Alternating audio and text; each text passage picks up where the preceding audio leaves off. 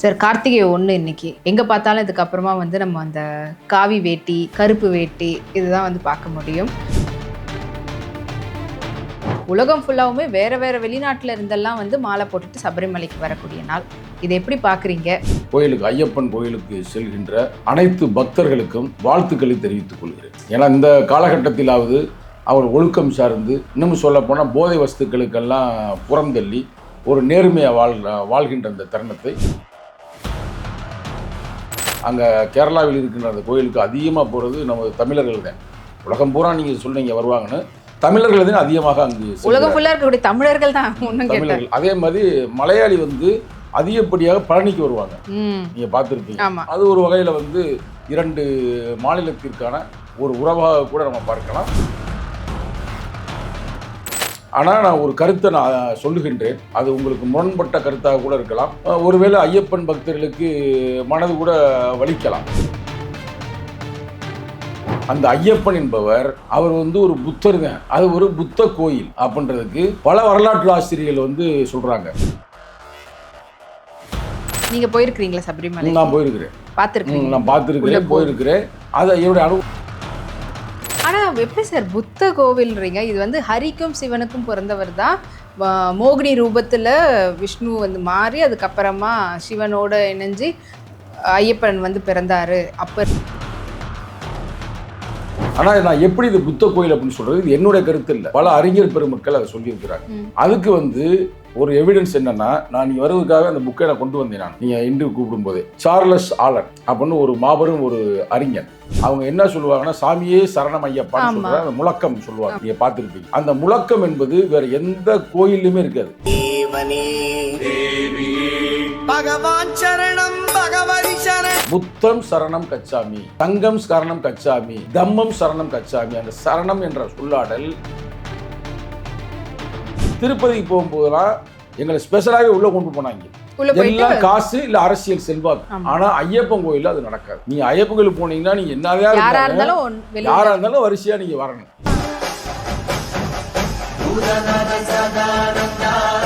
இப்ப நீங்க பாத்தீங்கன்னா 48 நாள் அவங்க அதே மாதிரி கடுமையான விரதமா இருக்கு. அது 2வது பாயிண்ட் ஒத்து வந்துருச்சா. 3வது பாயிண்ட் முக்கியமான பாயிண்ட், யாருக்குமே தெரியாது.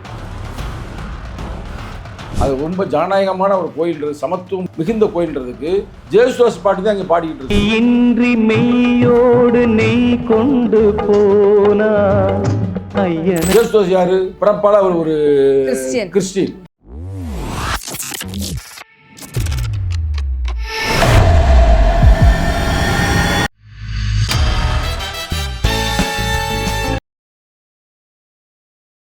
நேயர்கள் அனைவருக்கும் வணக்கம். இன்னைக்கு நம்ம இடம் இணைஞ்சிருக்கிறவங்க விசிக கட்சியினுடைய இளைஞர் அணி செயலாளர் திரு சங்கத்தமிழன் அவர்கள். வணக்கம். வணக்கம் சார். கார்த்திகை 1 இன்னைக்கு, அது ரொம்ப ரொம்ப விசேஷமான நாட்கள். எங்கே பார்த்தாலும் இதுக்கப்புறமா நம்ம அந்த காவி வேட்டி கருப்பு வேட்டி இதுதான் பார்க்க முடியும். நிறைய பேர் உலகம் ஃபுல்லாகவே, தமிழ்நாடு கேரளான்றதை தாண்டி உலகம் ஃபுல்லாகவுமே வேறு வேறு வெளிநாட்டில் இருந்தெல்லாம் மாலை போட்டுட்டு சபரிமலைக்கு வரக்கூடிய நாள். இதை எப்படி பார்க்குறீங்க? மலைக்கு மாலை போடுறது எப்படி நினைக்கிறீங்க? கார்த்திகை 1 இன்னைக்கு மாலை அணிந்து ஏறக்குறைய ஒரு 48 ஒரு மண்டலம். அது சில பேர் அது 2 மாதம் கூட இருப்பாங்க. இருந்து கோயிலுக்கு ஐயப்பன் கோயிலுக்கு செல்கின்ற அனைத்து பக்தர்களுக்கும் வாழ்த்துக்களை தெரிவித்துக் கொள்கிறேன். ஏன்னா இந்த காலகட்டத்திலாவது அவர் ஒழுக்கம் சார்ந்து, இன்னும் சொல்ல போனால் போதை வஸ்துக்களுக்கெல்லாம் புறந்தள்ளி ஒரு நேர்மையாக வாழ்கின்ற அந்த தருணத்தை நம்ம ஒரு அரசியல் ரீதியாக கூட பார்க்குறோம். பாராட்டுக்கள். நம்ம கேரளிஸ்ட்டு அங்கே அதிகமாக, அங்கே கேரளாவில் இருக்கின்ற அந்த கோயிலுக்கு அதிகமாக போகிறது நம்ம தமிழர்கள் தான். உலகம் பூரா நீங்கள் சொன்னீங்க வருவாங்கன்னு, தமிழர்கள் தான் அதிகமாக அங்கு உலகம் ஃபுல்லாக இருக்கக்கூடிய தமிழர்கள் தான். தமிழர்கள் அதே மாதிரி மலையாளி அதிகப்படியாக பழனிக்கு வருவாங்க. நீங்கள் பார்த்துருப்பீங்க. அது ஒரு வகையில் இரண்டு மாநிலத்திற்கான ஒரு உறவாக கூட நம்ம பார்க்கலாம். ஆனால் உண்மையான வரலாறு அவரெல்லாம் தமிழர்கள், ஆதி தமிழர்கள் தான். சேரன் ஆண்ட பகுதி தான். அதனால் அவர்களும் தமிழர்கள் தான். காலப்போக்கில் ஒரு 500 ஆண்டுகளுக்குள்ளதான் மலையாளம் என்ற மொழியே உருவாகி அவர்கள் கேரளாவாக பிரிக்கப்பட்டிருக்கிறார்கள். அது சுதந்திர இந்தியாவில் தானே பிரிக்கப்பட்டது மொழி வாரியாக. அதனால் நமது தம்பிமார்கள் இல்லை அண்ணன்மார்கள் அப்படி பார்த்துக்கலாம். அதனால் மகிழ்ச்சி, வாழ்த்துக்கள். ஆனால் நான் ஒரு கருத்தை நான் சொல்லுகின்றேன், அது உங்களுக்கு முரண்பட்ட கருத்தாக கூட இருக்கலாம். ஒருவேளை ஐயப்பன் பக்தர்களுக்கு மனது கூட வலிக்கலாம். ஆனால் இல்ல அதான் என்னடா இது தெய்வத்துக்கு மாலை போடுறவங்கள வாழ்த்துக்கள்லாம் சொன்னீங்களே, கடவுளை பத்தி ஏதாவது சொல்ல போறீங்களா அப்படின்னு தான். இல்லை, ஒரு உண்மையை நம்ம சொல்ல வேண்டிய ரெஸ்பான்சிபிலிட்டி நமக்கு இருக்குது. நம்முடைய முக்கியமான கருத்து என்னன்னா, உண்மையை உலகுக்கு சொல்ல வேண்டும். அந்த வகையில் நீங்கள் வணங்குகிற அந்த ஐயப்பன் என்பவர் அவர் ஒரு புத்தர் தான். அது ஒரு புத்த கோயில் அப்படின்றதுக்கு பல வரலாற்று ஆசிரியர்கள் சொல்றாங்க. நீங்க போயிருக்கிறீங்களா சபரிமலை? நான் போயிருக்கிறேன், நான் பார்த்துருக்கிறேன், போயிருக்கிறேன். அதை என்னுடைய அனுபவங்கள் நான் அப்புறம் சொல்கிறேன். அது ஒன்றும் பிரச்சனை இல்லை. அது உங்களுக்கு ஆச்சரியமாக கூட இருக்கும். ஆனால் இதை சொல்லிட்டு சொன்னாதான் உங்களுக்கு சரியாக இருக்கும் என்பதற்காக நான் 3 முறை சென்றிருக்கிறேன், ஒரு முறை இல்லை. சரிங்களா? பட் ஏன் சென்றேன், எதற்கு சென்றேன், என்ன சூழ்நிலைன்னு அப்புறம் விளக்கம் கொடுக்குறேன். ஆனால் எப்படி சார் புத்த கோவில்ன்றீங்க? இது ஹரிக்கும் சிவனுக்கும் பிறந்தவர் தான். மோகினி ரூபத்தில் விஷ்ணு மாறி அதுக்கப்புறமா சிவனோட இணைஞ்சு ஐயப்பன் பிறந்தாரு. அப்போ இருந்த அந்த ஒரு அரக்கனை அழிக்கணுன்றதுக்காகன்ற ஒரு கதை அது சொல்லப்பட்டிருக்கு. அவர் அவங்களுடைய வளர்ப்பு தாய்க்கு தலைவலி அப்படின்ற காரணத்துக்காக பால் எடுக்கிறதுக்காக காட்டுக்கு போய் அங்கே அதுக்காக அவர் இருமுடியெல்லாம் கட்டிட்டு போனால்தான் அது ஞாபகமாக இப்போ இங்கேருந்து அவரை பார்க்க போகும்போது இருமுடியெல்லாம் கட்டிட்டு அவருக்கு பிடிச்ச அப்போ என்ன எடுத்துகிட்டு போனாரோ அரிசி பொறி தேங்காய்ன்றதெல்லாம் எடுத்துகிட்டு போகிறாங்க. அதே போல் விரதம் இருந்து அதுக்காக தான் போகிறதுன்னெலாம் சொல்கிறாங்க. அவர் உட்கார்ந்த வாட்டில் அவருடைய பொசிஷன் இருக்கும். எதை வச்சு நீங்கள் புத்த கோவில் சொல்கிறீங்க? இது எல்லாமே கட்டுக்கதை. கட்டுக்கதையை ஒரு ஆணுக்கும் குழந்தை பிறப்பது உலகத்தில் எங்கேயுமே நடக்காது. அது அதுலேருந்து நீ தெரிஞ்சுக்கலாம், ஒரு புராண கட்டுக்கதை. சரிங்களா? அதான் மோகினியா மாறிடுறாங்கல்ல, பெண்ணா தானே மாறி. அது என்னதான் மாறினாலும் கூட ஆணு தான். ஆனால் அது பிறப்பதற்கு வாய்ப்பில்லை அப்படின்றது அது எந்த காலமாக இருந்தாலும் அது உண்மை. அது இயங்கியல் கோட்பாடு. அங்கேயே ஒரு சிக்கல் வருது. ஆனால் நான் எப்படி இது புத்த கோயில் அப்படின்னு சொல்கிறது, இது என்னுடைய கருத்து இல்லை. பல அறிஞர் பெருமக்கள் அதை சொல்லியிருக்கிறாங்க. அதுக்கு ஒரு எவிடன்ஸ் என்னென்னா, நான் நீங்கள் வருவதுக்காக அந்த புக்கை நான் கொண்டு வந்தேன். நான் நீங்கள் இன்று கூப்பிடும்போதே சார்லஸ் ஆலன் அப்படின்னு ஒரு மாபெரும் ஒரு அறிஞன். இந்த அறிஞன் இந்தியாவுடைய கல்வெட்டுக்கு இருக்கு பார்த்தீங்களா, முதல்ல கண்டுபிடிச்சு அசோக மாமன்னன் எப்போது ஆட்சி புரிந்தான் அப்படின்னு பழைய வரலாற்றுகளை இந்தியாவுக்கு கொண்டு வந்தவர் சார்லஸ் ஆலன். பேரரசு அசோகர் அவரை பற்றிலாம் பேசியிருக்கிறாரு. அவருடைய புத்தகத்தில் முதல் பக்கத்திலேயே அவர் என்ன சொல்கிறாருன்னா, ஐயப்பன் கோயில் அது ஒரு பௌத்த கோயில் அப்படின்னு அவர் கல்வெட்டு ரீதியாகவே விளக்கம் கொடுக்குறாரு. புராண கல்வெட்டுக்களை நான் இன்னைக்கு மக்களுக்கு புரிகிற வகையில் நான் சில கருத்துக்களை சொல்கிறேன். நீங்கள் விவாதம் இருந்தால் நீங்கள் என்கிட்ட கேளுங்க, ஒன்றும் பிரச்சனை இல்லை. இப்போ அந்த கோயிலுக்கு மாலை போட்டு போகிறாங்க பார்த்தீங்களா, அவங்க என்ன சொல்லுவாங்கன்னா, சாமியே சரணம் ஐயப்பான்னு சொல்கிற அந்த முழக்கம் சொல்லுவாங்க. நீங்கள் பார்த்துருப்பீங்க. அந்த முழக்கம் என்பது வேறு எந்த கோயிலுமே இருக்காது. சரணம் என்ற அந்த வார்த்தை நீ இந்தியா பூரா நீ எந்த கோயிலுமா போங்க, ஒரு சரணம் அடையணும் அப்படின்ற மாதிரி அந்த முழக்கம் இருக்காது. அது எங்க இருந்து வருதுன்னா, அங்க போயிட்டு அவர்கிட்ட சரணம் அடையறோம் அப்படின்னு. அதான் சாமியே சரணம் ஐயப்பா, புத்தம் சரணம் கச்சாமி, சங்கம் சரணம் கச்சாமி, தம்மம் சரணம் கச்சாமி. அந்த சரணம் என்ற சொல்லாடல் பௌத்தர்கள் பயன்படுத்தக்கூடியது. அதுவும் குறிப்பாக புத்தன் பயன்படுத்திய சொல்லாடல். அந்த சொல்லாடல இருந்து நீ தெரிஞ்சுக்கலாம். ஒன்று, இந்த பாயிண்ட் நீங்கள் விவாதம் பண்ணுறதா நான் உங்களுக்கு விளக்கம் மேலே கொடுக்க ரெடியாக இருக்கிறேன். ஒன்று. இரண்டாவது பாயிண்ட் சொல்லுங்கள், முக்கியமானது. சமத்துவம்ன்ற கோட்பாடு இந்தியாவில் எந்த கோயிலுமே இருக்காது. நீங்கள் எங்கே வேணாலும் போங்க, நீங்கள் காசு இருந்தால் முருகனை கிட்ட போய் பார்க்கலாம். நாங்களாம் சில கோயிலுக்கு போனோம், அப்போ எங்கள் கட்சிக்காரங்க கொஞ்சம் வலிமையாக இருப்பாங்க, நேர முருகர் அப்படி சில கீழே காலிலே போய் நாங்கள் உட்காந்துருக்குறோம். திருப்பதிக்கு போகும்போதெல்லாம் எங்களை ஸ்பெஷலாகவே உள்ளே கொண்டு போனாங்க. எல்லாம் காசு இல்லை அரசியல் செல்வாக்கு. ஆனால் ஐயப்பன் கோயிலில் அது நடக்காது. நீங்கள் ஐயப்பன் கோயிலுக்கு போனீங்கன்னா நீங்கள் என்னதான் யாராக இருந்தாலும் வரிசையாக நீங்கள் வரணும். அதேமாதிரி இருமுடி கட்டி வந்தால் நீங்கள் அது ஏறலாம் 18 படியில், இல்லைன்னா பின் வழியில் வரணும். இதுதான் அங்கே இருக்கிற ரூல்ஸ். சமத்துவம். அது மட்டும் அல்லாது நீங்கள் மாலை போட்டீங்கன்னு கேட்டீங்க பார்த்தீங்களா, அந்த அனுபவம் எனக்கே இருக்குது. மாலை போடும் பொழுது அங்கே எல்லாரையுமே சாமி தான் சொல்லுவாங்க. ஆமாம், கரெக்டாக. இவன் ஒரு சாதாரண ஆசாமியாக தான் இருக்கிற மனிதன் தான்.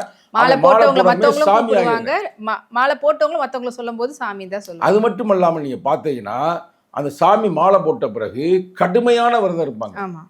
எத்தனை நாள்? 48 நாள் இருப்பாங்க. அந்த விரதத்தில் முழுக்க முக்கியமான விரதம் என்னவென்றால் மது அருந்துதல் கூடாது. அதே மாதிரி கல்யாணம் செய்திருந்தாலும் அந்த உறவு வைத்து கொள்ளக்கூடாது. அது மட்டுமல்லாமல் இவங்க ஒரு நேரம் விரதம் இருப்பாங்க, காலையில் சாப்பிட மாட்டாங்க, 2 நேரம் தான் சாப்பிடுவாங்க. பாயில் தான், தரையில் தான் படுப்பாங்க, பாய் இல்லாமல். நீங்கள் பார்த்துருப்பீங்க. தான் அந்த விரதத்தின் நோக்கமே. அப்போ இது மாதிரி நீங்கள் வந்து எந்த கோயில்லையாவது இருக்கா? நான் அதான் கேள்வி கேட்குறேன். இவ்வளவு சமத்துவ தன்மை, இவ்வளவு கடுமையான விரதங்கள் இல்லை எந்த கோயில் இருக்குது அப்படின்னு சொல்லுங்கள் பார்ப்போம். இது எங்கேருந்து வருதுன்னா, அம்பேத்கருடைய புத்தாண்டு ஸ்தம்மான்ற புத்தகத்திலே அம்பேத்கரே எழுதியிருக்கிறார். அம்பேத்கரோட பெரிய அறிஞர் யாரும் இருக்க முடியாது. அவர் என்ன சொல்கிறாருன்னா, புத்தர் வந்து 48 நாள் விரதம் இருந்தார். இந்த உலகத்தை வந்து அவன் பெரிய மன்னனாக இருக்கிறார்ல, மன்னனை விட்டு வெளியேறாருல, வெளியேறின பிறகு உலகம் என்ன அப்படின்னு தெரியவதற்கா 48 நாள் கடுமையான விரதம். உணவு கூட உண்ணாமல், எதுவும் பண்ணாமல், அது மாதிரி இருந்ததுமே அவர் அப்படியே ரொம்ப வத்தலும் தொத்தலும் ஆயிடுவார். அந்த போட்டா சில நேரம் நீங்கள் பார்த்தீங்கன்னா புத்தருடைய போட்டா ரொம்ப இதாக இருக்கும். அப்புறந்தே அவர் உணர்றாரு, நம்ம இப்படி ரொம்ப கடுமையாக அப்படி இருந்தவன பயன் இல்லை. அப்போ வந்து நம்ம வந்து கொஞ்சம் உணவாது உண்ணணும் அப்படின்னு கண்ணை விழித்து பார்க்கும் பொழுது ஜுவாத்தா என்ற ஒரு பெண்மகள், உங்களை மாதிரி ஒரு பெண்மகள் வந்து, ஐயா நான் வந்து விரதம் இருந்திருக்கிறேன், எனக்கு குழந்தை பிறக்கணும்னு, இது சாப்பிடுங்க அப்படின்னு கொடுக்குறாங்க. அப்போ அவர் வாங்கி அதை சாப்பிட்றாரு. இது எல்லாரும் அம்பேத்கர் இருப்பார். சாப்பிட்ட பிறகு அது தனக்கு உண்மையிலேயே நமக்கு வந்து இந்த பவர்லாம் கிடச்சிருக்கா அப்படின்னு உணர்வதற்காக அந்த தட்டை தூக்கி போடுவோம். அது தண்ணியை நோக்கி எதிர்த்து போச்சுன்னா நமக்கு அந்த பவர் கிடைக்கிது, இல்லாட்டினா இல்லை அப்படின்ற மாதிரி அது அதில் கதை மாதிரி ஒரு இதாக சொல்லுவாங்க. எடுத்து அந்த தட்டை தூக்கி போடுவார். அந்த தட்டு வந்து தண்ணியை நோக்கி எதிர்த்து போகும், எதிர் திசையில். அப்போ அந்த பெண்மகளை வணங்கி, உன்னால் எனக்கு வந்து கிடச்சிருச்சுன்னா புத்த கையால் போய் உட்கார்றது. அதுக்கு அடுத்தே உட்காருவார். அப்போ நம்ம இதை நோக்கி தான் பயணிக்கலாம் அப்படின்ட்டு புத்த கையால் உட்கார்ந்ததுமே அவருக்கு வந்து ஞான உதயம் கிடைக்கிது. இது வந்து புத்தருடைய வாழ்க்கையில் நடந்தது. இப்போ நீங்கள் பார்த்தீங்கன்னா 48 நாள் அவங்க அதேமாதிரி கடுமையான விரதமாக இருக்கும். அது 2வது பாயிண்ட் ஒத்து வந்துருச்சா? 3வது பாயிண்ட் முக்கியமான பாயிண்ட், இது யாருக்குமே தெரியாது. புத்தர் சாக கிடக்கிற காலத்தில் இருக்கும் பொழுது அவர் சிஷ்ய பிள்ளைகளில் வந்து நிறைய பேர் இருக்கிறாங்க. அதில் வந்து ஒருத்தர் முக்கியமான ஆள். அவர் போய் கேட்குறாரு, ஆனந்தர், அவர் பேர் ஆனந்தர். ஆனந்தர் வந்து கேட்குறாரு, ஐயா நீங்கள் சாக போகிறீங்க, ரொம்ப எனக்கு கவலையாக இருக்குது, ஏதாவது சொல்ல விரும்புகிறதா சொல்லுங்கள் கடைசியாக, புத்தருடைய கடைசி வார்த்தையை கேட்க விரும்புகிறேன் அப்படின்னாமே. புத்தர் சொல்கிற நீ இதுக்கெல்லாம் அழுகாதப்பா, என்னைக்கு இருந்தாலும் ஒரு கூட்டு பொருள் உடையும், அது இன்னொரு மறு வடிவு அடையும், நான் இல்லாட்டா இன்னொருத்தர் வரப்போறாரு, அது ஒரு பெரிய விஷயம் இல்லை அப்படின்னு சொல்லிட்டு இந்த கருத்தை நான் சொல்கிறேன், இதை போய் மக்கள்கிட்ட சொல்லு அப்படின்ட்டு அப்போ தீபபவ அப்படின்னு சொல்லுவார். அப்போ தீபபவ, உனக்கு நீயே ஒளியாக இரு. நான் வந்து தான் உனக்கெல்லாம் ஒளியை கொடுக்க முடியாது, எல்லாம் சுய முயற்சி தான். ஒரு புத்தனா ஆகலாம், நீ ஆகலாம், ஆனால் உன் முயற்சி, நான் ஒன்று உன்னை ஆக்க முடியாது. இது உலகத்தின் உண்மை. நீங்கள் எப்பயும் பாருங்கள், ப்ராக்டிக்கலாக பாருங்கள், லைஃப்பில் என்னதான் ஒருத்தர் ஹெல்ப் பண்ணாலும் நம்ம ஒன்றும் பெரிய ஆளாக முடியாது. நம்ம சுய முயற்சி இருக்கணும். அதுதான் அப்போ தீபோ உனக்கு நீயே ஒளியாக இரு அப்படின்றாரு. அந்த ஒளியத்தான் சபரிமலையில் இவ்வளவு நாள் இருந்து போய் பார்ப்பாங்க. மகர ஜோதி. இந்த மகர ஜோதின்றது இப்போ கண்டுபிடிச்சிட்டாங்க. அது ஒன்றும் வந்து வானத்தில் தெரிகிற இது நட்சத்திரம் அல்ல. ஆனால் ஆரம்பத்தில் என்ன சொல்லுவாங்கன்னா உண்மையில் நட்சத்திரம் வருதுன்னு. ஆனால் பின்காலங்களில் நீ சேட்டலைட்டில் வளர்ந்த பிறகு அது என்னன்னு கண்டுபிடிக்கும் பொழுது அவங்களே ஒத்துக்கிட்டாங்க. இப்போ அவங்க அமைப்பே ஒத்துக்கிடுச்சு. அது அங்கே போய் மேலே போய் ஒளியை காட்டுவாங்க. நம்ம அண்ணாமலையில் இருக்கிற மாதிரி பெரிய ஒளியாக இது ஒன்றால் அது தெரிஞ்சு மறையும் அப்படின்ற மாதிரி சொல்லுவாங்க. அப்போ என்ன அர்த்தம்? நீ இவ்வளோ நாள் விரதம் இருந்தாலும் கடைசியாக நீங்கள் போய் பார்க்க போகிறது வந்து எது? ஜோதியை தானே பார்க்குறீங்க. தை 1 கரெக்டாக வரும், சரிங்களா? ஜோதியாக அவர் நமக்கு தெரிவார். அதே மகர ஜோதி. அப்போ நல்லா பாருங்கள், சமத்துவன்ற பெரிய கோட்பாடு இருக்குது, ஜோதியை வணங்குறாங்க, கடுமையான விரதம் இருக்குது, சரணம் என்ற முழக்கம் வந்து பௌத்தன் சொன்ன விளக்கம். இப்போ இதெல்லாம் வச்சு பார்க்கப்படும் பொழுது இது முழுக்க வந்து புத்த கோயிலாகத்தான் இருக்கும் அப்படின்னு என்னுடைய கருத்து, இந்த கருத்து.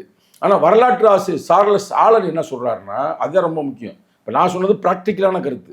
சார்லஸ் ஆலன் என்ன சொல்கிறாருன்னா, இந்தியாவை வந்து ஆண்டவர்கள் அசோக மாமன்னன், இந்தியாவை முழுக்க பாரதத்தை ஆண்டவர், இது வரலாறு அவர் பேசுறது. நான் இதுக்கு முன்னாடி சொன்னது என்னுடைய ஸ்டடீஸை நான் சொல்கிறேன். இப்போ இவர் என்ன சொல்கிறாருன்னா, இந்தியாவை முழுமையாக அகண்ட பாரதத்தை ஆண்டவர் யார் என்றால் அசோக மாமன்னன் தான். இந்த அசோக மாமன்னன் வந்து ஒரு குறிப்பிட்ட காலத்தில் வந்து பௌத்தம் தழுவிடுறாரு. பௌத்தம் தழுவிய பிறகு புத்த கருத்துக்களை பரப்புறாரு. புத்தர் காலத்தில் கூட அவ்வளோக்கா பௌத்தம் பரவலை, ஆனால் இவர் தான் பரப்பி கொண்டு வர்றாரு எல்லா இடத்துலையும். அது நீங்கள் வரலாற்றில் எல்லாருமே ஏற்றுக்கொள்கிறார்கள். இப்படி பரப்பி எல்லா இடத்துலையுமே கோயில்களையும் உருவாக்குறாரு. கோயில்னா இப்போ இருக்கிற மாதிரி நம்ம இந்து கோயில் மாதிரி இல்லை, அங்கே வந்து ஒரு பள்ளி மாதிரி, அதாவது அந்த கருத்துக்களை பரப்புறது, புத்தருடைய கருத்துக்களை அது மாதிரி எல்லா இடத்துலையும் உருவாக்குறாரு. நம்ம தமிழ்நாட்டில் வந்து காஞ்சிபுரம் தான் அதுக்கு தலைநகரம். இங்கே வரைக்கும் வந்து காஞ்சிபுரம் தான் அதுக்கு தலைநகரம். அதே மாதிரி ஆந்திராவில் வந்து அமராவதி, அதுதான் தலைநகரம். அவங்க இதில் அங்கிட்டு போனால் சாரநாத், அதெல்லாம் உங்களுக்கு தெரியும், அங்கிட்டு ஃபுல்லாக அவங்க போனால் பரவி இருந்தார்கள். ஆனால் அவர்கள் பரவி இருக்கும் பொழுது அதற்கு முன்னால் யார் இருந்தாங்கன்னா பிராமணர்கள் கொஞ்சம் இருந்திருக்கிறாங்க. அவங்க எந்த வெளிநாட்டிலேருந்து வந்தவர்கள் தானே சொல்கிறாங்க இந்த கோட்பாடு உள்ளவர்கள். அவங்க என்ன பண்ணியிருக்கிறாங்கன்னா பசுமாடு வதைக்கிறது, அதே மாதிரி கொடுமையான அந்த இதெல்லாம் பண்ணுறது, மக்களை ஏமாற்றுவது இந்த வேலை இருக்கும் பொழுது, இவர் காலத்தில் எந்த பிராமணனும் எங்கேயும் பூஜை நடத்தக்கூடாது. அசோகமாமன் காலத்தில் ஏறக்குறைய அவங்க பிராமணர்கள் பூரா வந்து ஒரு மறைமுகமான வாழ்க்கை தான் வாழ்கிறாங்க. இதெல்லாம் ரெக்கார்டு. இதை வந்து அவங்களால தாங்க முடியலை. நம்ம நல்லா தானே இருந்தோம். அப்போலாம் அந்த காலகட்டத்திலாம் வேதங்கள் காலகட்டம் தான். வேதத்தை ஒழித்துதே வர்றாரு அசோக மாமன்னு. ஏன்னா இவ்வளவு பிரச்சனையாக இருக்குது அப்படின்னு யோசித்து முடிச்சுட்டு அவங்க என்ன பண்ணுறான்னா, புத்தரே அவர் என்ன அசோக மாமன்னன் இறந்து போயிடுறாரு. இறந்த பிறகு அடுத்தடுத்து அவருடைய பிள்ளைகள்லாம் இருக்கிறார்ல, மகேந்திரன் அப்படின்னு சில பிள்ளைகள்லாம் கொஞ்சம் கவனமாக தான் களமாடுறாங்க. ஏன்னா ரொம்ப ரிஸ்கானது தானே. இப்போ நீங்கள் வந்து ரோடு தோறும் மரங்களை நட்டவர் யார்? அசோகம் படிச்சிருக்கிறோம்ல, அந்த காலத்துலேயும் செஞ்சுருக்காங்க பாருங்க. நீங்கள் நம்ம கோயில் ரோடெலாம் போய் பார்த்தோம்னா எத்தனை மரங்கள் இருக்குது பாருங்க. அதெல்லாம் அவர் செஞ்ச காலகட்டம் தான். ஏன்னா இப்போ இருக்கிற காரில் இல்லை, அப்போ எல்லாம் நடந்து போவாங்க, இல்லை மாட்டு வண்டியில் போவாங்க, அது செஞ்சுருக்காரு. அதுமாதிரி இந்த பறவைகளுக்கெல்லாம் வந்து தண்ணி குடிக்கிறதுக்கான இதெல்லாம் வச்சுருப்பாரு. எல்லாம் அவர் செஞ்ச காலகட்டம் தான். ரொம்ப நேர்மையான காலகட்டம் வச்சுங்களேன். மக்களுக்கான ஆட்சி ஒரு மன்னனாக இருந்தால் நடத்தினார். இதை தாங்காத இந்த பிராமணர்கள், வேஷ பிராமணன் சொல்லுவாங்க அந்த காலகட்டத்தில். அவர் சொல்கிறது நான் சொல்ல. அவங்க என்ன பண்ணுறாருன்னா, அந்த மகனில் வந்து ஒரு பையன் வந்து கொஞ்சம் வீக்காக இருக்கிறேன், பிரகத்த மௌரியர் அந்த பையன் பேர். அந்த அசோகனில் கடைசி மன்னன் பிரகத்த மௌரியர். பிரகத்த மௌரியர் என்ன பண்ணுறேன், பிஸ்யமித்திர சுங்கன் அப்படின்ற பேர், இதெல்லாம் நான் சொல்கிறேன் பாருங்கள். பிஸ்யமித்திர சுங்கன்ற ஒரு பிராமணன், இவங்களை எப்படியாவது வீழ்த்தணும், இதுக்கு இவன் தான் சரியாக இருப்பேன். ஏன்னா அசோக மாமன் அளவுக்கு ரொம்ப விவரமாக இல்லை, இவனை எப்படி வீழ்த்துறது அப்படின்னுமே இவன் கொஞ்சம் சபல புத்தி உள்ள ஆளாக இருக்கிறேன். அப்போ தான் சொந்த மகளையே 18 வயசு கூட ஆகலை அந்த பொண்ணை வந்து கல்யாணம் பண்ணி கொடுக்குறேன் பிரகத்த மௌரியருக்கு. கல்யாணம் பண்ணி கொடுத்ததுமே சம்பந்தி ஆயிடுறான்ல, சொந்த மாமனார் ஆயிடுறான்ல. அப்போ அவங்களுக்குள்ள ஒரு நல்ல அண்டர்ஸ்டாண்டிங் இருக்கிறது. இருக்கும் பொழுது இவன் என்ன பண்ணுறான்னா, அதுவே தப்பு. அவங்க வந்து அந்த காலகட்டத்தில் இப்போ மாதிரி காலகட்டம்ல, அந்த காலகட்டத்தில் சத்திரியனுக்குள்ளேயே கல்யாணம் பண்ணுவேன், பிராமணனுக்குள்ளே கல்யாணம் பண்ணுவேன். ஆனால் அதை மீறி இவன் கொடுக்குறேன். கொடுத்தமே நல்ல அழகான பெண்மகளாக இருக்குது. அப்போ அந்த மகள்கிட்ட என்ன சொல்கிறான்னா, எனக்கு வந்து ஒரு போஸ்ட் வாங்கி கொடு உங்கள் கணவன்கிட்ட சொல்லி, அது எனக்கு வந்து இராணுவத்தில் இருக்கிற தளபதியை வாங்கி கொடு அப்படின்னு சொல்கிறாப்புல. எல்லாம் வரலாறு புக்கு, இந்த புக்கில் இருக்குது. அம்பேத்கர் இதை பற்றி எழுதியிருக்காரு. நான் சொல்கிற சும்மா என் கதை இல்லை, அம்பேத்கர் இதை பற்றி எழுதியிருக்கிறார். உடனே ஒரு பதவி வாங்கி கொடுத்துட்றாரு. மக சொல்லிட்டு கொடுத்து தான் ஆகணும். வாங்கிட்டாப்புல. வாங்கி முடிச்சு உட்கார்ந்த பிறகு அதோட விடலை, எல்லாத்தையும் ஒரு தளபதியாக நல்லா செட் பண்ண பிறகு, நீ வந்து நான் பதவிக்கு வந்த பிறகு நான் எவ்வளவுக்கு முறையாக அதெல்லாம் சிஸ்டத்தை உருவாக்கியிருக்கேன் பாரு அப்படின்னு உன் கணவனை கூட்டிகிட்டு வா, வந்து பார்க்க சொல்லு. உங்கள் மண்ணை சும்மா வீட்டிலே இருக்கிற அந்த புறத்திலே கிடக்கிறாரு பிரகத்திய மௌரியர் அப்படின்னு விஸ்யமித்திர சிங்கன் சொல்கிறாப்புல. அதேமே மக கூட்டிகிட்டு வர்றான். மகளுக்கு ஒன்றும் தெரியல பாவம், பெண்மகளுக்கு கூட்டிகிட்டு வர்றா. கூட்டி வந்ததுமே அவர் பார்வையிட்டு கொண்டே இருக்கும்போது பின்னாடி இருந்து கழுத்தை வெட்டிடுறாப்புல. இந்த வரலாறு இதான் முதல் பிராமணன் செய்த கொலை அப்படின்னு பல அறிஞர்கள்லாம் சொல்லியிருப்பாங்க. அது வீழ்த்துறதுமே அது பூரா செய்தி எல்லாம் பரவிடுச்சு. இவன் ஆட்சியே பிடிச்சிடுறேன். ஆட்சியை பிடிச்ச பிறகுதான் இன்னைக்கு நீங்கள் பார்க்குறீங்க பார்த்தீங்கன்னா கோயில்கள் எல்லாமே அது பூரா அதே பக்தி மார்க்கம் வளர்ந்த காலகட்டம். எல்லா இடத்துலையும் கோயிலை உருவாக்குறது. எங்கெல்லாம் பௌத்த கோயில் இருந்து அதை பூரா வெட்டுறது, உடைக்கிறது, தலையை வெட்டி வெட்டி புத்தரை போட்டால் இவன் தலையை வெட்டினா பார்த்தீங்களா, அது மாதிரி எல்லா புத்த கோயிலும் தலையை வெட்டியிருப்பாங்க. இப்போ பாருங்க நிறையா ஆராய்ச்சியாளர்கள்லாம் வந்து மண்ணிலேருந்து எடுக்கிறாங்கல்ல, தலை மட்டும் இல்லைன்னா வெறும் முண்டமா இருக்கக்கூடிய இதுதான் வரலாறு. இந்த வரலாறு நிறைய பேருக்கு தெரியாது. அப்படி வந்த காலகட்டத்தில் தான் அவர் என்ன சொல்றாருன்னா, உங்களை படிச்சு சொல்றேன், என்ன சங்கத்தமிழ் அடிச்சு விடுவார் அப்படின்னு கூட சில பேர் நினைப்பாங்க மனசுக்குள்ள. அதுக்காக நம்ம சொல்லணும் இல்லை, இது வரைக்கும் யாரும் சொல்லாத மாதிரி. அதான் முக்கியமான கருத்து. அதான் இன்னைக்கு சொல்ல வேண்டிய சூழ்நிலையில வந்து ஐயப்பனை உருவாக்கிட்டாரான்னு தெரியல. அதாவது புத்த விகாரங்கள் நொறுக்கப்பட்டு புதிய இந்து உருவங்கள் மாற்றி வைக்கப்பட்டன. அதிக சான்றிதழ் இதற்கு தேவையில்லை. இருப்பினும் இந்திய துணைக்கண்டத்தின் திசைக்கு ஒன்றாக 4 கோயில்களை நான் காட்டுகிறேன். வடக்கு திசையில் கர்வால் ஹிமால் என்ற இடத்தில் பக்ரிநாத் கோயில் வடக்கில், கிழக்கு திசையில் பூரியில் உள்ள ஜெகநாதர் கோயில், தெற்கில் கேரளாவில் சபரிமலை ஐயப்பன் கோவில், மேற்கில் மகாராஷ்டிராவில் உள்ள பந்தர்பூரில் உள்ள விதாலா கோவில். இந்த கோயில் எல்லாமே ஒரு காலத்தில் புத்தர் கோயிலாக இருந்தது. அதை நொறுக்கி தான் அவர்கள் இந்து கோயிலாக மாற்றினார்கள் அப்படின்றத ரெக்கார்டோடு சொல்கிறாப்புல. அப்போ இது வரலாற்றாட்சி ஒத்துக்கிறாங்க. இந்த இருக்கு திருப்பதியே புத்தஸ்தலம் தான் அப்படின்ற மாதிரி சொல்கிறாங்க. இன்னமும் சொல்ல போனால் தமிழ்நாட்டில் அந்த காலகட்டத்தில் இங்கே அதிகமாக வளர்ந்துச்சு. தமிழ்நாட்டை விட அதிகமாக ஆந்திராவில் தான். நீ ஆந்திராவில் போனீங்கன்னா அமராவதிக்கு போங்க, பெரிய புத்தர் சிலை இருக்குங்க. சிலையே பெரிய புத்தர் சிலை, நெட்டில் போட்டு பாரு, அமராவதி புத்தர் சிலை போட்டுங்களேன், பெருசாக இருக்குங்க. அந்த நதிக்கரையெல்லாம் போனீங்கன்னா நிறைய அது மாதிரி தலை வெட்டப்பட்ட புத்தர் சிலைகள், பழைய அதாவது தொல்லாராய்ச்சிங்களவங்கெல்லாம் கண்டுபிடிச்சிலாம் வச்சுருக்கிறாங்க. அங்கே பெரிய அருங்காட்சியமே இருக்குது. அதை நான் பார்த்துருக்கிறேன். ஆக மொத்தம் வந்து இப்போ இருக்கிற இந்த ஐயப்பன் ஒரு காலத்தில் புத்தன். இந்த சரணம் ஐயப்பா, சரணாகதி இதெல்லாம் சொல்றத வச்சு நம்ம எப்படி இந்த தெய்வ கோவில் தான் இப்படி மாற்றப்பட்டிருக்குன்னு எடுத்துக்க முடியும்? சரணம்ன்றது நான் உங்ககிட்ட சரணம் அடைகிறேன்றது. அது ஏன் இன்னொரு தெய்வத்துக்கு அவங்க வந்து இல்லை, இந்த வார்த்தையை வந்து நீ வேற இடத்துல எங்கேயா சொல்ல பாருங்க. இப்போ வந்து எங்கேயா போகும்போது சும்மா சொல்லலாம் சரணம் அடைகிறேன்ற ஒரு சொல்லாடலாம் சொல்லலாம். ஆனால் ஒரு முழக்கமாகவே சாமியே சரணம் ஐயப்பன்ற முழக்கம் தானே வருது. அதுதானே அவர் சொன்னார், புத்தம் சரணம் கச்சாமி, தம்மம் சரணம் கச்சாமி, சங்கம் சரணம் கச்சாமின்னு. அதனால் வந்து இது என்னுடைய கருத்து மட்டுமல்ல, பெரிய அறிஞர் பெருமக்கள் அதே சொல்லியிருக்காங்க. அதனால் வந்து நிறைய பேர் போகிறது சிறப்புத்தேன். இப்போ நீ என்னை முதல்ல கேட்டீங்க, நீ போனீங்களா போகலையான்னு. நான் வந்து 94ல் நான் எங்கள் ஊரில் இருக்கும்பொழுது பெரிய சாதி இந்த கலவரங்கள் புக் படிக்கிறதுக்கு முன்னாடி இதெல்லாம் படிக்கிறதுக்கு முன்னாடி நான் இறை பக்தியாக இருந்தேன் அந்த காலத்தில். ரைட்டாக ரொம்ப ஒரு சிக்கல் உருவாகுது. அப்போ உருவாகும் பொழுது நம்ம சொல்லப்போனால் அந்த வரலாறுலாம் வந்து நம்ம பேசலாமான்னு தெரியல. அதை வந்து நம்மளை வந்து சில பேர் போடுற அளவுக்குலாம் சூழ்நிலை வருது. நம்ம சில பேர் அப்படி அது மாதிரி ஒரு காலகட்டம் இருக்கும் பொழுது எங்கள் அப்பா வந்து மாலை போடுறா அப்படின்ட்டாரு ஐயப்பன் கோயிலுக்கு. என்ன அவர் திடீர்னு இப்படி சொல்கிறாரு அப்படின்னா, அப்படி ஒன்றும் இறை மதிப்பாளர்லாம் இல்லை. சரி சொல்றாங்க, போடுவோம். எனக்கு இல்லை ஒரு சந்தேகம் என்னன்னா, நீங்கள் உண்மையிலே வந்து மாலை போட சொல்கிறாங்க, உண்மையிலே ஐயப்பன் இருக்காரான்னு பார்ப்போம், அதையும் நம்ம தெரிஞ்சுக்கிறோம். அது என்னன்ற போய் பார்ப்போம் அப்படின்றதுக்காக நான் இருக்கிறேன். அப்போ அந்த 48 நாள் நம்ம விரதம் இருக்கும் பொழுது நமக்கே தெரியுது நிறைய மாற்றங்கள் இருக்குது. அது சயின்டிஃபிக் தானே. சைக்காலஜி என்ன சொல்லுது, ஒரு 48 நாட்கள் அதில் சொல்கிறாங்க, நீ ஒரு விஷயத்தை நினைத்து கொண்டே இருந்தால் அந்த விஷயமாக நீ மாறுவதற்கான வாய்ப்புகள் இருக்குன்னு சயின்டிஃபிக்காக ப்ரூவ் பண்ணியிருக்கிறாங்கல்ல. ஒரு மொழியை கூட கற்றுக்கிறது அந்த முதல் 2 மாதம் தானே சொல்கிறாங்க. நீ ஒரு மொழியை கற்றுக்கிறது இல்லை ஒரு ட்ரைனிங், ஒரு கார் டிரைவிங் எடுத்துக்கிறது எல்லாமே அந்த குறிப்பிட்ட பீரியடில் அதையே மையமாக இருந்தால் அவர் லைஃப் இஸ் வாட் அவர் தாட்ஸ் மேக்கின்றது இயங்கியல் விதி. அப்போ நான் போய்கிட்டு இருந்தேன்னா திடீர்னு இதே உலக அதிசயம், நான் பாஸ்போர்ட் எடுக்கலை, பாஸ்போர்ட்டே என்கிட்ட இல்லை. எங்கள் அப்பாவே எனக்கு பாஸ்போர்ட் எடுக்கிறாரு.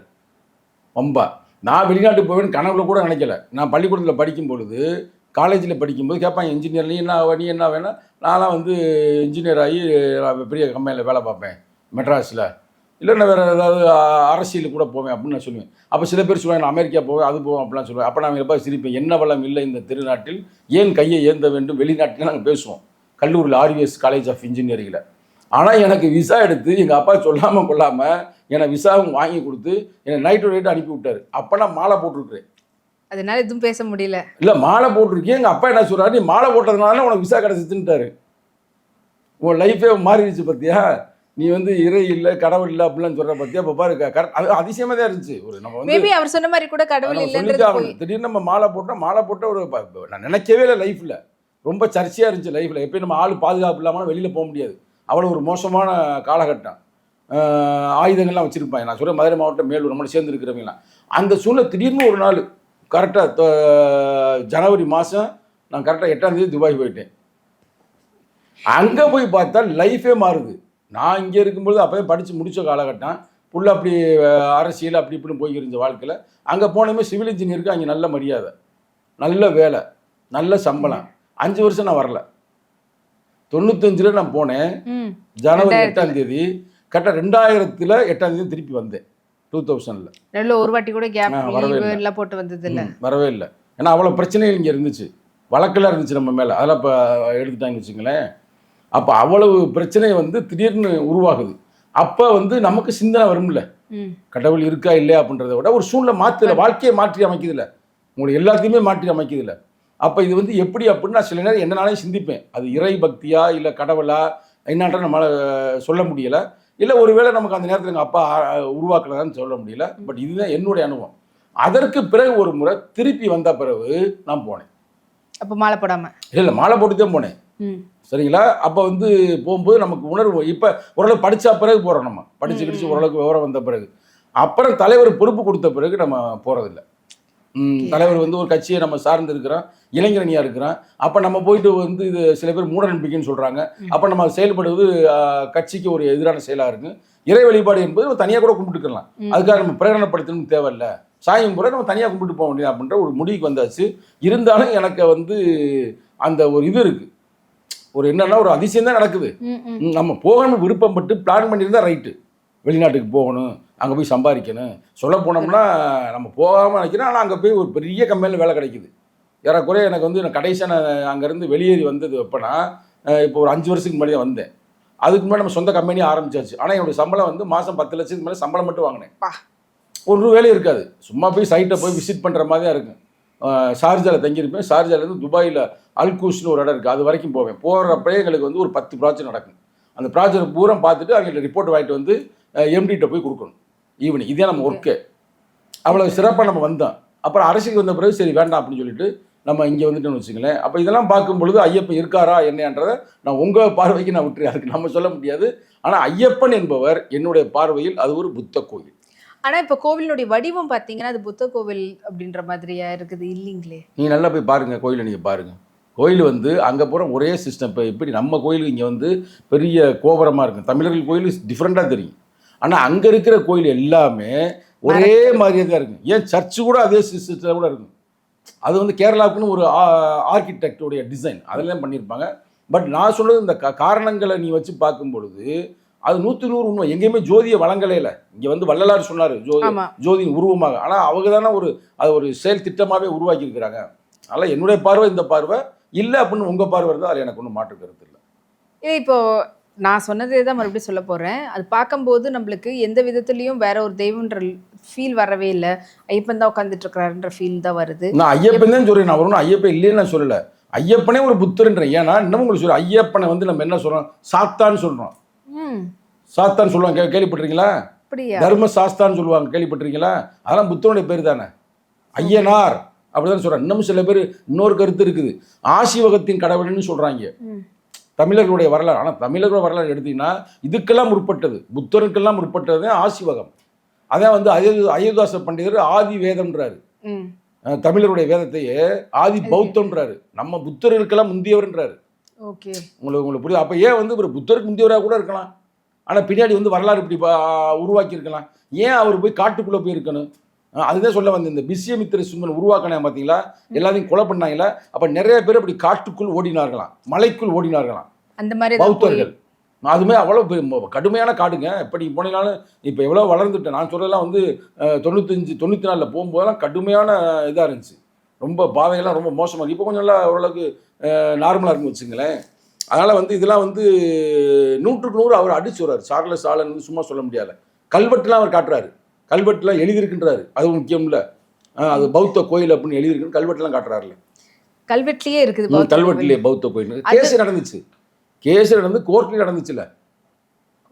கோர்ட்லாம் வந்து அரசாங்கம் வந்து இது பௌத்த கோயில் தான் காட்டுது, யாரு கம்யூனிஸ்ட் அரசாங்கம். பட் அது அங்கே இருக்கிற இந்துக்கள் ஏற்றுக்கொள்ளவில்லை. ஓகே, பெரும்பான்மையான ஒரு மக்களுக்கு ஒரு அதனால ஒரு நன்மை கிடைக்குன்னு அவர் இருக்கட்டும், ஒன்றும் பிரச்சனை இல்லை. அவர் இந்துவாக இருக்கட்டும் இல்லை யாராக இருக்கட்டும், சொல்ல போனோம்னா அது ரொம்ப ஜனநாயகமான ஒரு கோயில்ன்றது, சமத்துவம் மிகுந்த கோயில்ன்றதுக்கு ஜேசுதாஸ் பாட்டு தான் அங்கே பாடிக்கிட்டு இருக்கு. ஆமாம், ஜேசுதாஸ் யாரு? பிறப்பால் அவர் ஒரு கிறிஸ்டின். அவர் பாட்டை போட்டு தான் கதவை திறக்கிறாங்க, அவர் பாட்டை போட்டு தான் கதவை மூடுறாங்க கோயில். அந்த திறப்பு அப்படின்னு சொல்கிறாங்களா, அது ஒன்று. அது மட்டும் இல்லாமல் பாபர்னு ஒருத்தர் இருக்கிறாரு, அவர் யார்? இஸ்லாமியர், அவருடைய நண்பருன்றாங்க. அங்கே போகிறவங்க பூரா பாபரில் போய் கோயிலில் போய் கும்பிட்டுட்டு தான் மேலே போகிறாங்க. ஆக மொத்தம் ஒரு ஜனநாயக ரீதியாக இருப்பதால் அவரும் ஒரு பௌத்தராக இருக்கலாம் அப்படின்றது சார்லஸ் ஆளுடைய கருத்து. அதோடு சேர்ந்து உங்களுடைய கருத்துக்களை சொல்லியிருக்கிறீங்க, உங்களுடைய ஓன் எக்ஸ்பீரியன்ஸும் சொல்லியிருக்கிறீங்க.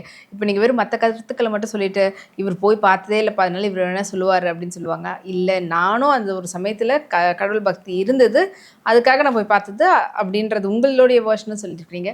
ஆனால் இன்னும் ஏற்றுக்க முடியல, அது வந்து உண்மையாலேயே பௌத்த கோவில் தானா அப்படின்ற மாதிரி. இந்த மாதிரி இந்தியாவில் 4 பக்கமும் பௌத்த கோவில் இருக்குது. ஆனால் அந்த இப்போது இது சொன்னால் எப்படி ஆகும்னு தெரியல. இஸ்லாமியனுடைய கோவிலாக சொல்லக்கூடிய மாஸ்கை இடித்து அவங்க ஒரு கோவில் கட்டினாங்க. ஆனால் இந்த மாதிரி நிறைய கோவில்கள் வந்து பௌத்த கோவில்கள் வந்து அந்த இடத்த அப்படியே இந்து கோவிலாக மாற்றிருக்காங்க.